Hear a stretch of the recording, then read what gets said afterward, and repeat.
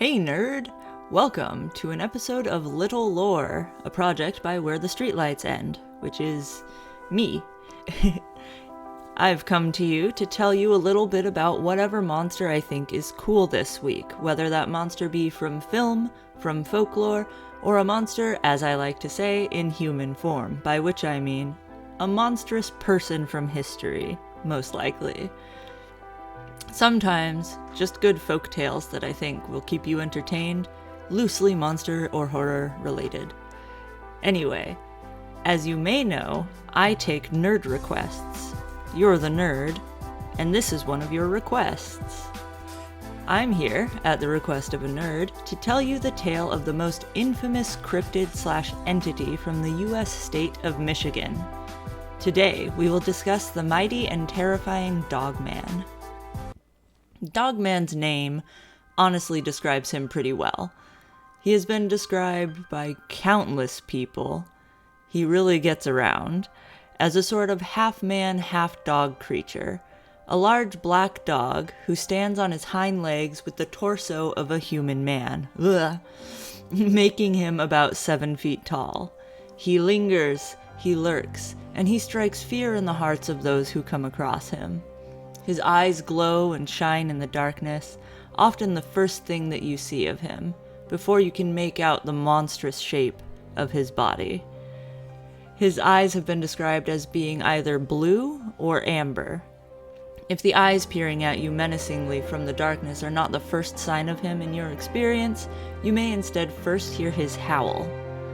The howl, belted out by the Dogman, is not the beautiful or haunting howl that one would expect from a canine specter, but more like the blood-curdling scream of a dying man. Why it is even called a howl, if that's what it sounds like, I cannot make sense of. I'd just say, the Dogman screams at people. People have alleged that they've run into a monstrosity with the head and hind legs of a dog and the torso of a man in the forest, along roadways, near farmland, and even in city streets at night. Based on the wide variety of environments that this guy has shown up, it's safe to say that Dogman hasn't necessarily got a preferred habitat. He does, however, seem to only appear to individuals who find themselves somewhat isolated, either in small groups of people far from civilization, or lone individuals wandering in the dark and quiet streets late at night, when all the rest of the world is sleeping. I would postulate that Dogman has a message for these people, and he chooses to appear when he's most likely to get their attention, safely. Or, he just doesn't like a lot of hustle and bustle, and everyone just gets unlucky when they run into him, and vice versa. Dogman has never been known to cause harm to those who meet him. Honestly, based on the details of most of the encounters I've found, he's more often pretty upset that he's got company. He tends to follow, lurk, sneak around, and stare at people, but this may just be a case of canine curiosity. He might be trying to avoid being seen, and then try to sort of hide when he notices people are around. The reason I suggest he may not love running into humans is that when he does, he typically tries to run away, or just screams at the top of his lungs, which I can understand entirely. That's about the same way I operate most days. Although the beast has never attacked or hurt anyone, rumors have circulated that at least one witness has been scared to death by the sight of him. I can find no evidence of this, nor even a name of the one who supposedly passed away from fear. But, as is the case with many of our legends, people say it, so I'm gonna tell you that people say it.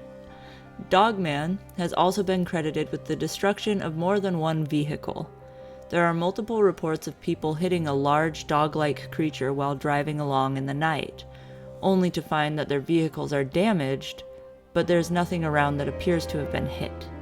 The road is empty, the fenders be smashed. You know what I'm saying? There's usually no sign at all that the Dogman has been around, whether he's been hit by a car or scared someone's dinner out of their body. The only trace he tends to leave behind is a terrible memory and large clawed paw prints in the ground. Dogman dug his way into popular conscience in the 1980s when a local radio station played a song about him.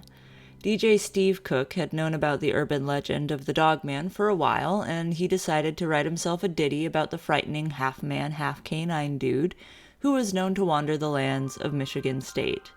When he aired his Dogman song on April Fool's Day, 1987, he was surprised to find that the phone lines to his station were flooded immediately.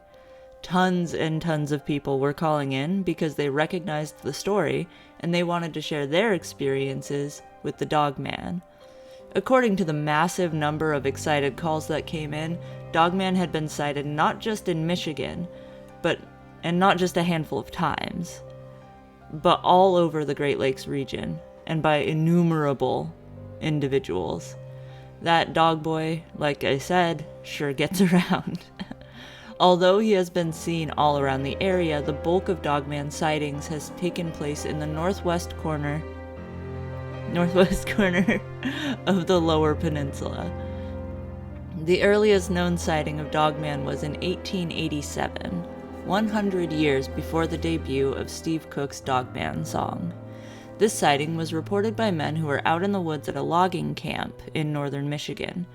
According to their account, they were doing their work as loggers or lumberjacks or however they like to self-identify these days when they spotted what at first appeared to be a massive shadow lingering between the trees nearby. The men looked closer and they saw what appeared to be a large black dog. Some of them gathered around to try to catch him, but when they got close, the dog stood up on its hind legs, and it let out an ear-piercing, shrill scream. Like a banshee? The loggers did not enjoy this experience, and though they were reluctant to give many details later, they did indeed leave camp immediately. Which is perfectly fair, in my opinion. More sightings took place between 1887 and the 1920s, but they have not been thoroughly recorded. One story that has been told describes another encounter in the forest, much like in the case of the loggers, and there were two men out fishing when they felt as though they were being watched from the brush nearby. It appeared to them that there was an unnatural-looking shadow, but they could make out little else. It was just darker there than other places, you know what I mean? As they watched, they saw that the shadow, in fact, had a terrible physical form. It wasn't a shadow at all, but was rather some awful creature with the hind legs and tail of a bushy dog, the midsection of a human man, and the head and ears of a dog again. It was standing on its hind legs, leering at them from the denser part of the woods. Dogman did the two men no harm at all, and simply stared at them from a distance until they moved along. They moved along very quickly, mind you, because seeing him there made them extremely uncomfortable. They didn't want to fish anymore, as you can imagine.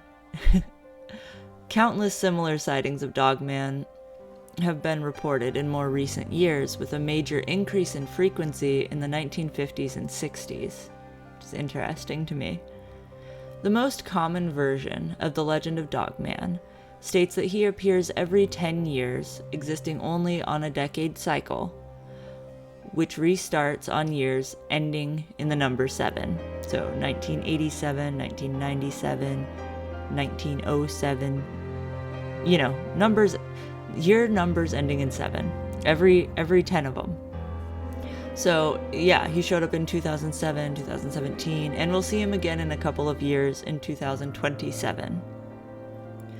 While this is particularly interesting to me as someone who studies folklore, I have had difficulty finding a concrete reason for this aspect of the story.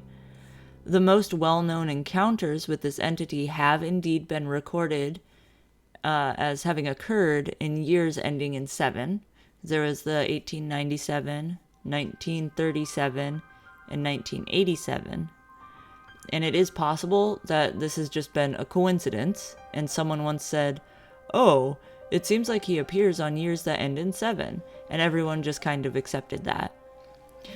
The reason that I contest the 10-year cycle part of the legend is because there have been so many sightings of a large half-man, half-dog creature in the area.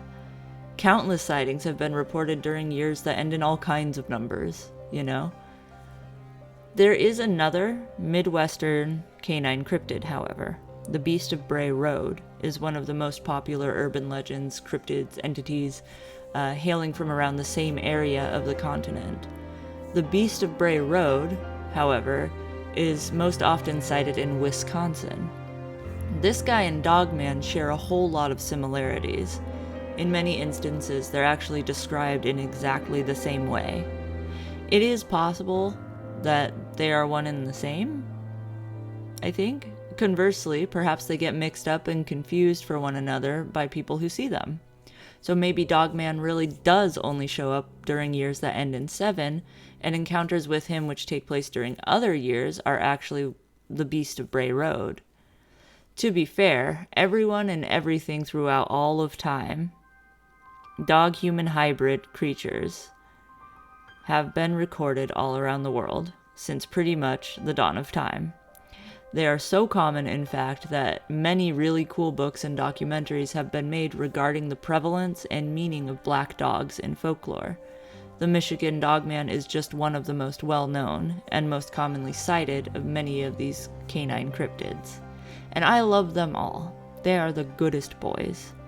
I actually did an episode way back in the day when I was first starting Back Alley Alchemist as a podcast. I did an episode about demon dogs in folklore, where I talked about the black shuck, a couple other ones, and I tried to dig into the history of like why culturally dog-human hybrids like black dog entities and dog demons and things like that are so prevalent in our folklore and our urban legends and our stories, because they've been around since the dawn of time or before that. There are creepy cave paintings of weird dog-human hybrids, you know? So this is a very interesting topic for me, but because it's a little lore episode and it's not very long, I just wanted to tell you about good old Dogman. Dogman was a request from one of my followers, a nerd request, if you will. I've got a few of these nerd requests coming up for you, so just remember, if you want to suggest a topic, whether it be a big topic where I'd talk for an hour or more, or one of these little topics where it's just a cool monster you want me to discuss on camera for you, send me a request. Go on Patreon. I have polls every once in a while where I'm trying to think of what my next thing to do should be. You can request on Patreon. You can request in the comments here on YouTube. Whatever. You've got my email. I'm going to post my email in the description. You can email me with a request, especially if you've got like cool specifics you want me to talk about. Send me links, whatever. I'll do it. Anyway, so this has been my nerd request episode of Little Lore about Dogman from Michigan in the United States. Feel free, rather, don't feel free. I hope that you feel strongly inclined to hit the like button and to subscribe and to share this video with anyone who thinks dog cryptids are cool and might think my blue hair is neat. Leave a comment down below if you have a suggestion for another video. If you have had an experience with a terrifying dog-like creature, I know I have. One of these days I'll go live and talk about stuff like that, or maybe I'll make a video for Patreon. Either way, you can also follow my Patreon. Links will be below and in the end cards. The Patreon is /Back Alley Alchemist, because that's what I used to be and they won't let me change it. Whatever. Subscribe to the channel for more of this and other stuff similar to it. I love you. Goodbye.